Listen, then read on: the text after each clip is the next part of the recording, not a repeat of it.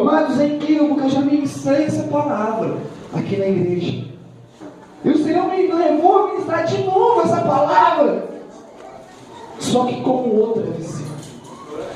A visão que o Senhor colocou sobre o meu coração este ano, o ano do arrependimento. Lucas capítulo 23, a partir do versículo 39. Os dois malfeitores. Que diz assim: um dos malfeitores crucificado blasfemava contra ele, dizendo: não és tu o Cristo? Salva a ti mesmo e a nós também. Respondendo-lhe, porém, o outro repreendeu, dizendo: nem ao menos tenha Deus, estando sobre igual sentença. Nós, na verdade, com justiça, porque recebamos o castigo que os nossos atos merecem, mas este nenhum mal fez. E acrescentou: Jesus, lembra-te de mim quando vieres o teu reino.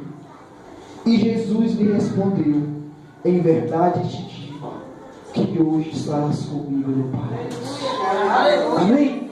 Até aí, a palavra do Senhor, nós vamos fazer a leitura. Amados, 3 pessoas estavam sobre a mesma pena. Nós tínhamos um santo,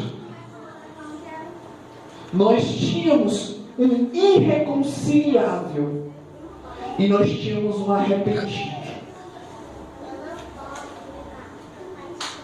Olha a situação. Pastor irreconciliável? Tem aqueles que não aceitam mais fazer a reconciliação com o Senhor. Eles não se arrependem mais dos seus pecados, dos seus erros. Eles estão consumidos pela iniquidade. É quando para eles não tem mais diferença o que é certo e o que é errado. Eles roubam por esporte, eles matam por gosto, e não querem saber de mudança.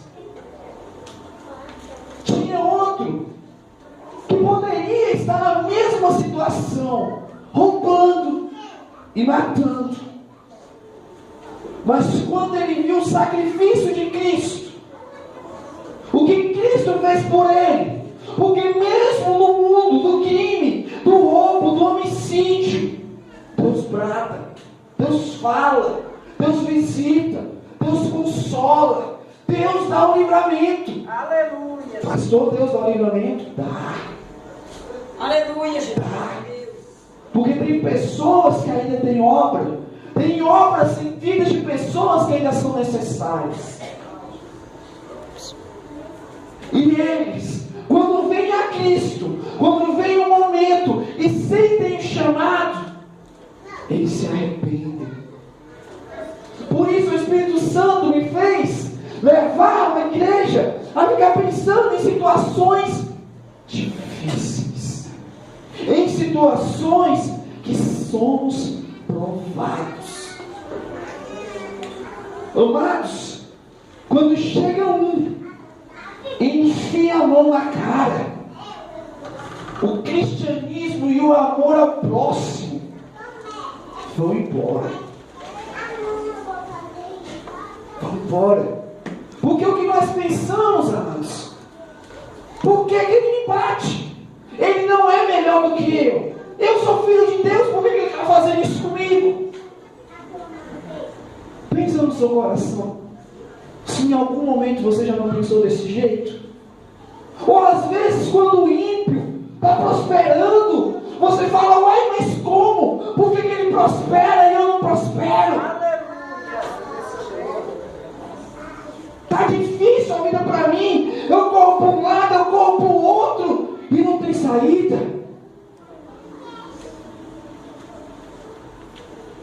Mas aí o que acontece, irmãos? Nós lembramos de Deus. Aí nós criamos força e buscamos Deus mais um pouquinho. esperamos um pouquinho mais, choramos um pouquinho mais, lembramos, pedimos para Deus: Deus, me sonda e vê em mim onde está o erro, porque o erro está em mim, não está em Deus. Se nós falamos que Deus está demorando a nos alcançar, é porque também nós não estamos andando em direção a Deus.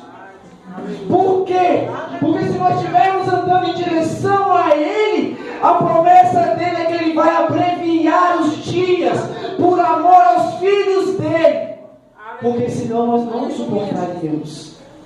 E não é só no final dos tempos, são nos dias de hoje que nós vemos igrejas se levantando contra igrejas, igrejas surgindo de um dia para o outro e de repente caindo, igrejas vindo de divisões de outras igrejas, vivendo, amados, num mundo em que um cristão quer derrubar um outro cristão, por ministérios, por mulheres ou por homens, brigar para fazer as coisas de Deus. Quando o próprio Jesus fala que grandes são as obras e poucos são os ceifeiros.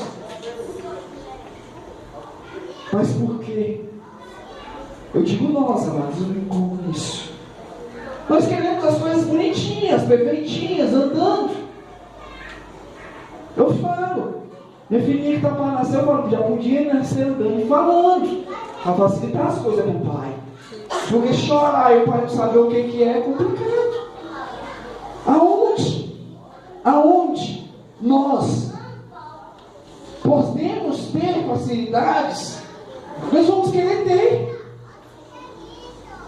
Até mesmo no ministério. Eu fico vendo, amados, eu frequento muito livrarias, e eu chego lá na parte do evangelho, do cristão, aí tem Bíblia de pregador, manual de sermão. Ou seja, nós não precisamos mais buscar a Deus, conhecer Deus nas profundezas, para ministrar uma palavra. Já tem um sermão todo prontinho, mostrando, fazendo as referências dos versículos e tudo. Basta você decorar, então você leva, põe no meio da sua Bíblia. Pregando a palavra de Deus por estrelismo. Mas ali, amados, se o Espírito Santo não operar, não adianta ter palavra bonita, não adianta ter louvor bonito, não adianta ter testemunho gigantesco. Porque quem convence o homem do pecado é o Espírito Santo. E é esse que nós temos que buscar. Ele está aqui para que nós venhamos buscar. Procuramos por um lado, é na oração. Você está procurando o Espírito Santo através da oração e não está encontrando. Parte para o jejum, parte para o louvor, parte para a descida e subida ao monte, parte para a consagração, parte para fazer diferente. Amados, tirando os irmãos da escola dominical, quantos aqui sabem a diferença entre sacrifício e oferta, biblicamente falando? Sacrifício e oferta, tirando os irmãos da escola dominical. Ninguém? Os irmãos da escola dominical agora falei? A diferença entre sacrifício e oferta? Ninguém? Alguém quer arriscar, mas a diferença? Vou falar para vocês então. Anotem isso no coração de vocês. Oferta, nós damos aquilo que nós queremos. Você quer ofertar um carro, oferta um carro. Você quer ofertar 10 centavos, você oferta 10 centavos. Agora, sacrifício é aquilo que é exigido por Deus. O que quer dizer, pastor? Se Deus falou que para você ser próspero, você vai ter que fazer um sacrifício de renúncia da sua vida, daquilo que você quer, para você servir, não adianta ofertar R$1 milhão por mês, porque você não vai prosperar. O Senhor requereu de você um sacrifício. É aquilo que Ele pediu, conforme Ele fez com Abraão. Ele pediu: sobra e sacrifica o teu filho. Abraão podia ter oferecido a herança, podia ter oferecido todos os gados dele para barganhar com o Senhor. Só que ele sabia que não adiantaria, porque foi aquilo que foi solicitado, foi requerido. Por isso que o Senhor fala que é melhor obedecer do que sacrificar. Porque o Senhor fala através dos profetas que nós sejamos fiéis nas práticas da nossa oração, no jejum, na ajuda ao próximo, no amor, na caridade, nos dons do Espírito, que nós não venhamos enterrar e não venhamos prostituir aquilo que nos é dado. Fora disso, o Senhor vai requerer de nós sacrifício. Vai, amados. Sabe por quê? Porque eu já prostituí o talento que Deus me deu. E foi necessário que eu fosse parar no hospital esperando 16 horas de atendimento para aprender a ser humilde. Amados, eu dei entrada no pronto-socorro do HRT, tremendo de febre, com sinusite, início de pneumonia. Eu tive que ficar sentado no chão ou nos bancos, calado, porque eu precisava de um favor. Apesar de eu estar pagando os meus impostos, de um médico me atender, de um técnico de raio-x me atender, de um segurança liberar a minha entrada, não adiantava nada eu chegar lá de valentia com o pé na porta querendo passar na frente, porque eu tinha que esperar a minha vez. Foi nesse momento que o Senhor me quebrou, amados. A Elaine, minha esposa, estava lá comigo, me esperando. Chegou um momento que ela teve que ficar do lado de fora e eu entrei. E eu desviado. E eu sentei lá no chão, porque não tinha cadeira, frio. Quem já teve uma emergência no hospital sabe que aquilo dali sim é o frio da morte, passeando por ali. Eu com o frio da febre e o medo de morrer. O medo da morte, quem já sentiu sabe, o tanto que aperta, o tanto que oprime. E eu sentado ali e falando com Deus. Amados, é naquele momento que você está sentado no lugar, aí tem um bandido algemado com o tiro da polícia do seu lado. Do outro lado tinha o homossexual com suspeita de AIDS. Um pouquinho mais para frente, um jovem com suspeita de gripe aviária ou era gripe suína, não lembro o que estava acontecendo. E quando chegou a minha vez de ser atendido, de botar o pé na porta, chegou uma suicida. Isso, amados, é passar no vale da sombra da morte. Você vê todas as suas possibilidades, tudo que vai te acontecer quando você está longe dos caminhos do Senhor. Pastor, quer dizer que nos caminhos de Deus isso não acontece? Acontece. Só que você tem a alegria e a certeza da ressurreição. Você tem um descanso, amado. Aquela sombra da morte que fecha os céus, ela não te oprime. Quando você olha para o céu e fala bem assim: ixi, não vai chover, acho que uns 3 anos. Mas eu tenho que plantar. E o Senhor é o Senhor da colheita. É Ele que rega a terra, e é Ele que dá o crescimento. A palavra do Senhor fala a Ele como ribeiros de água viva. Fala que aqueles que estão plantados ao lado desse rio vão crescer verdejantes, dar frutos. Por isso, amados, que nós tenhamos que nos arrepender, que nós mergulhar nas palavras do Senhor. Nós temos que conhecer mais de Deus.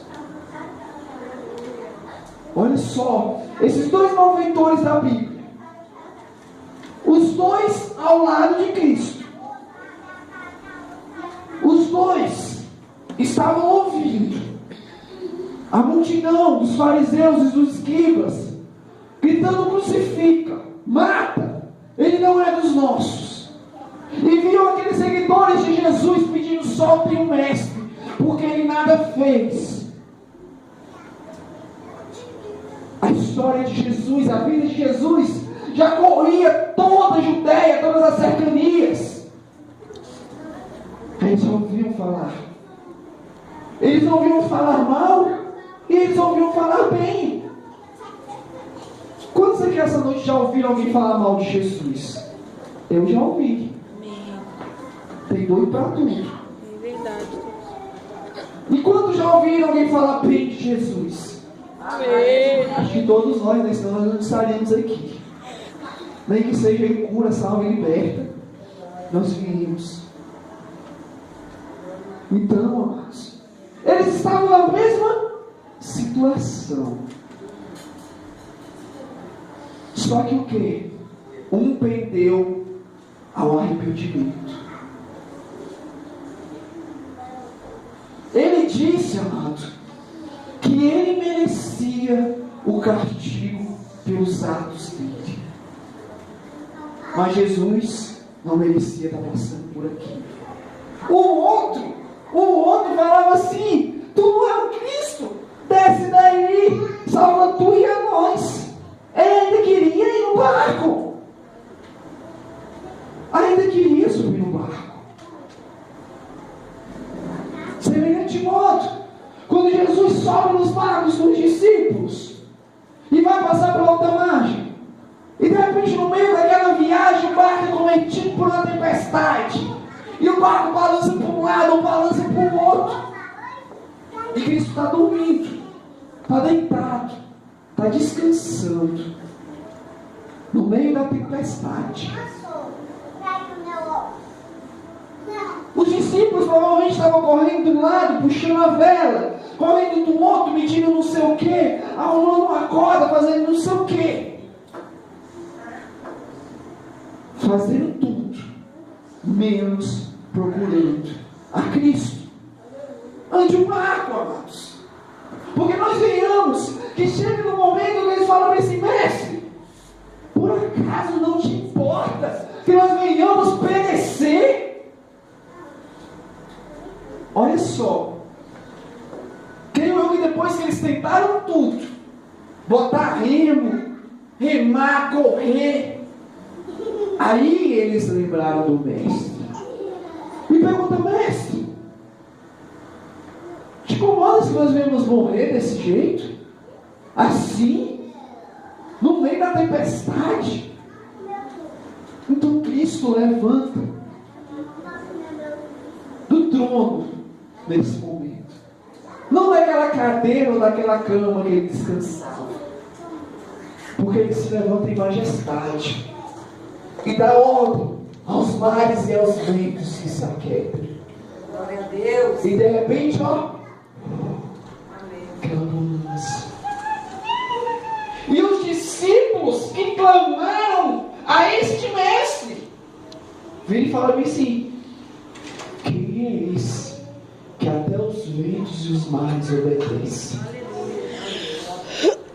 Amados, quem é esse que até os ventos e os mares obedecem na sua vida? Aleluia. Uma pergunta, igreja: quem é que as tribulações e as lutas obedecem na sua vida? Aleluia. Quem é que o sofrimento, a amargura, a frieza obedece na sua vida? Hein, igreja? A quem? Igreja, vocês estão acordados ou vocês não estão pensando no sonho? Quem, igreja? Jesus. A quem, gente? Jesus. Quem? Jesus. Gente, é por isso que vocês estão chamando o mestre E ele não está acordando no barco. Gente, meu pai que falava isso. Quando você for falar Jesus, enche a boca. Fala com gosto, com alegria. É Jesus.